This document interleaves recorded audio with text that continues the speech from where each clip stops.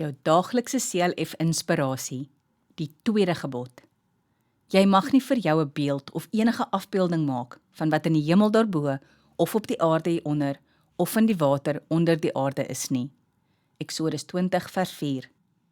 Omdat God die enigste lewende God is, mag ons nie 'n beeld van God maak en dit aanbid nie.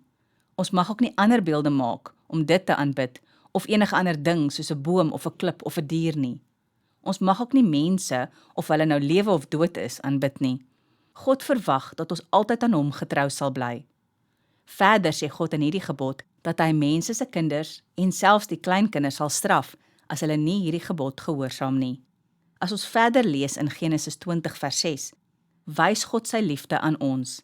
Hy sê dat hy mense wat hom liefhet en sy gebooie gehoorsaam, sal lief hê tot in die 1000ste geslag. As ons hierdie gebod van God gehoorsaam, kan ons seker wees dat God ook ons kinders en kleinkinders sal lief hê en beskerm. Kom ons bid saam. Here, help my dat ek net vir U alleen sal aanbid en niks anders nie. Dankie dat U ook my nageslag sal lief hê. Amen.